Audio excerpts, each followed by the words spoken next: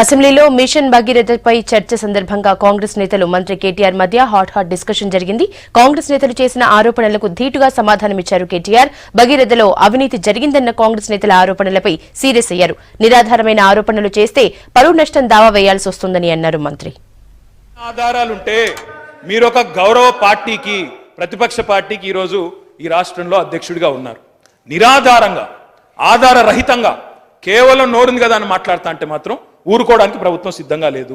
పరువు నష్టం దావా కూడా వేయాల్సి వస్తుంది. అది కూడా గట్టిగా చెప్తా ఉన్నా నేను. మీ దగ్గర ఆధారాలుంటే చూపెట్టండి, శాసనసభకు సమర్పించండి. అంతేగాని నిరాధారంగా మాట్లాడతాను, ఎటుపడితే అటు మాట్లాడతానంటే ఇక్కడ పడేదానికి ఎవరు సిద్ధంగా లేరు అధ్యక్ష. ఈ దేశంలో పెద్ద పెద్ద నాయకులకే జైలు శిక్షలు తప్పలేదు, సగం మంది అందులోనే ఉన్నారు.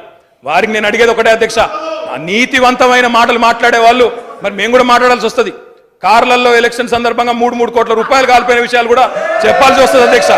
చాలా చెప్పొచ్చు అధ్యక్ష, మీరు మాతో మాట్లాడదని చెప్పండి. దయచేసి నేను అడిగేది, ఏమైనా ఆధారాలుంటే గౌరవ స్పీకర్ గారు ఉన్నారు, సమర్పించండి. తప్పకుండా దాని మీద మేము కూడా బాధ్యత వహిస్తాం.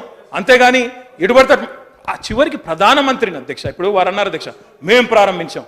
అధ్యక్ష, వ్యక్తులు శాశ్వతంగా కాదు అధ్యక్ష. ఈరోజు మేము ఉండొచ్చు, రేపు ఇక్కడ ఇంకొకరు రావచ్చు అధ్యక్ష. వాళ్ళు రారులే కానీ ఇంకెవరైనా రావచ్చు. మేము ఎక్కడున్నా పోరాటం చేసినా కానీ మీలాగా దొంగ సంతకాలు పెట్టలేదు. ఇళ్లలో కూర్చొని మంత్రి పదవిని వదులుకోలేక ఇళ్లలో కూర్చొని దొంగ సంతకాలు అయితే పెట్టలేదు, అది మాత్రం పక్క అధ్యక్ష. నేను చెప్పేది ఒకటి అధ్యక్ష, వారు అధ్యక్ష తప్పకుండా వారు ఒకటంటే మేము పదాల్సి వస్తుంది అధ్యక్ష.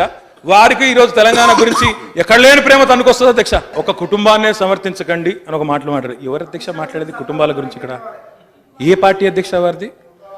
మోతీలాల్ నెహ్రూ గారి కుమారుడు జవహర్లాల్ నెహ్రూ గారి కూతురు ఇందిరాగాంధీ, కొడుకు రాజీవ్ గాంధీ గారి సతీమణి సోనియా గాంధీ గారి అధ్యక్షురాలుగా ఉన్న కాంగ్రెస్ పార్టీ, ఉపాధ్యక్షుడిగా సోనియా గాంధీ గారి కొడుకు రాహుల్ గాంధీ గారు ఉన్న పార్టీ.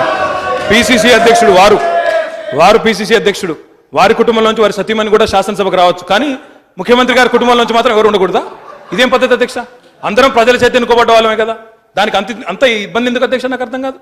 అంత నిస్పృహ ఎందుకు, అంత అరుపులు ఎందుకు, అంత ఆవేశం ఎందుకు అధ్యక్ష? ఆధారాలుంటే ఆవేశం ఉండదు అధ్యక్ష. ఆధారాలుంటే ఇంత అడావుడు ఉండదు అధ్యక్ష. Empty vessels make lot of noise అధ్యక్ష. ఏమైనా ఆధారాలుంటే తమరి దగ్గర పెట్టమనండి. We are ready for any kind of discussion sir. ఏ ఆధారాలున్నా మీ దగ్గర పెట్టమనండి. డెఫినెట్ గా ఏమైనా మేము తప్పు చేసినట్టు తేలితే తప్పకుండా ఏ శిక్షకైనా సిద్ధం అని చెప్పి కూడా తెలియజేస్తూ అధ్యక్ష, మీరు ఒకరోజు అవినీతి మీద కావాలంటే ఒకరోజు మొత్తం చర్చకు అవకాశం ఇవ్వండి అధ్యక్ష.